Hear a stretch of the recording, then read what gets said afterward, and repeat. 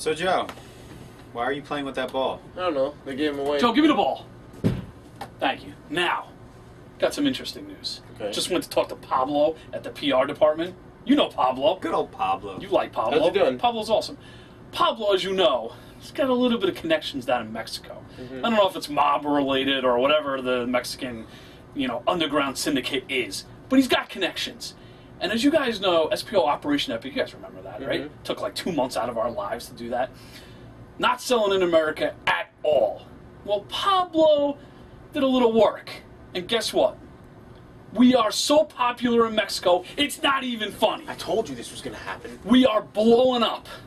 There's only one thing that's might be a problem. What? I'll show you guys.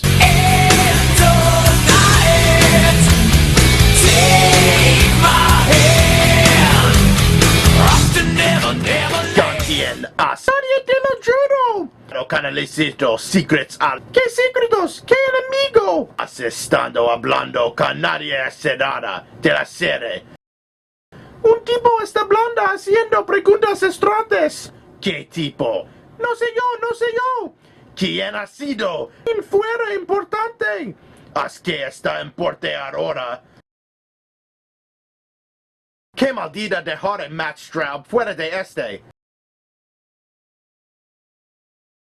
Volver a bajar. Dime lo que sabes, Anthony. Yo no sé nada. No me mentirás, Anthony. ¿Crees ser mentira a mi propio padre? El Dr. Sarno. El Dr. Sarno. El Dr. Sarno!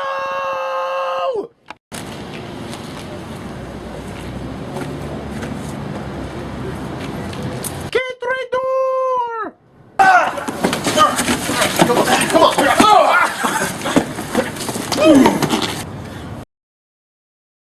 Despierta, levántate. ¿Qué estás haciendo?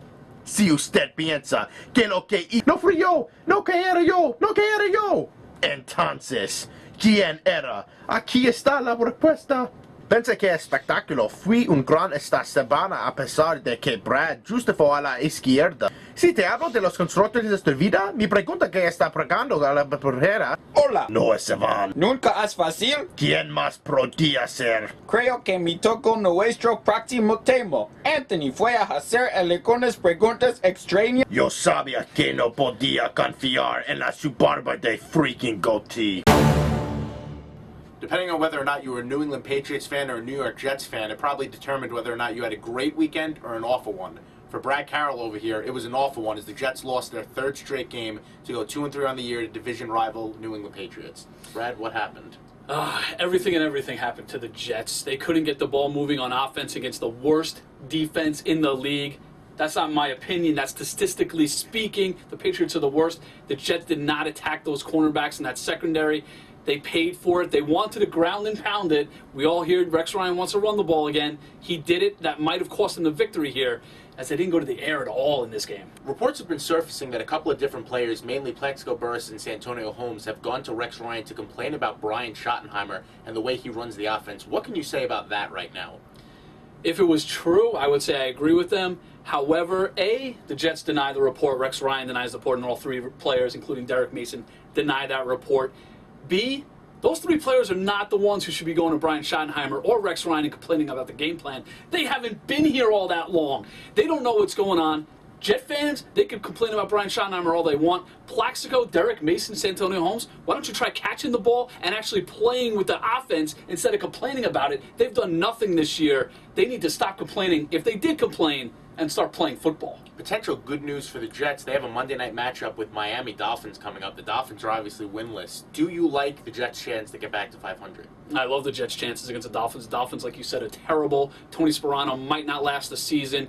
We'll see what happens with that situation. But anytime your best player is Reggie Bush, you're in deep trouble. The Dolphins are in deep trouble. The Jets, we all know they're in deep trouble as well. They lost 3 straight road games. However, this season is not over for the Jets. If they come out and have a great game against the Dolphins, confidence is back. Confidence is key with this team. They need confidence. If they kill the Dolphins, which they should, that's back. They're right back on track in the AFC East. The New England Patriots, on the other hand, are 4-1, but they do have a tough matchup with the Cowboys this week.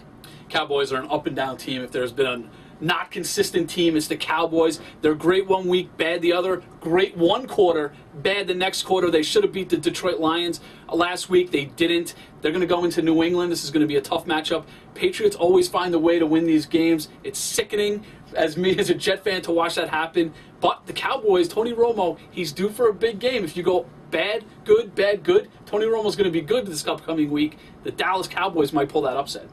The other team in New York took a loss as well as the Giants dropped a very winnable game against the Seattle Seahawks. Joe, this one came right down to the wire. Eli Manning with a big pick at the end. Yeah, you think about it, the New York Giants always seem to play to the level of their opponents, whether or not it's playing up a level or whether or not it's playing down a level. And on Sunday, they played down a level. They got lucky. Victor Cruz's circus catch kept them in the game a little bit there. But again, it comes down to turnovers, Victor Cruz's fumble in the fourth quarter, and Eli Manning's pick at the end of the game. Those are things that can't happen. And if the Giants believe they're a playoff team, you have to beat the Seattle Seahawks. Yeah, two things about this game. Eli Manning had a tremendous game, almost led the team back to victory, but it's the interception everyone will remember. Yeah, and it's really unfortunate because I say all the time, I think Eli Manning is one of the best fourth quarter quarterbacks in the league. When he's not thinking, he's making very good throws. And Victor Cruz, bit of an inexperienced wide receiver, let the ball kind of tip off his hands a little bit there, and it cost the New York Giants the game. But Eli Manning did play well, and they're going to need him to play well if they're going to have any chance this week. But Victor Cruz, what do you remember more? The good times or the bad times on that last drive? I mean, I think you have to remember the bad times only because he fumbled in the fourth quarter to allow the Seahawks to tie it at 22. I mean, the catch was unbelievable. It was a circus catch. It was probably very, very lucky, and it was fantastic, but he also fumbled to give Seattle back the ball, so bad things there. The ball also bounced off his hand. That resulted in the touchdown for the Seahawks. Yeah, and that's another thing that you can just add on top of it. It's basically two turnovers caused by Victor Cruz that ended up costing the Giants. Now the Giants take on an AFC East opponent in the Buffalo Bills. This one's going to be a great matchup for them. Yeah, things don't get any easier for the New York Giants. They're going up against a very tough Bills team, maybe the surprise of the league right now. And this is a team that has beaten very good teams, including the New England Patriots. If the Giants come out anything like they did against the Seattle Seahawks, they're going to get run out of the stadium on Sunday.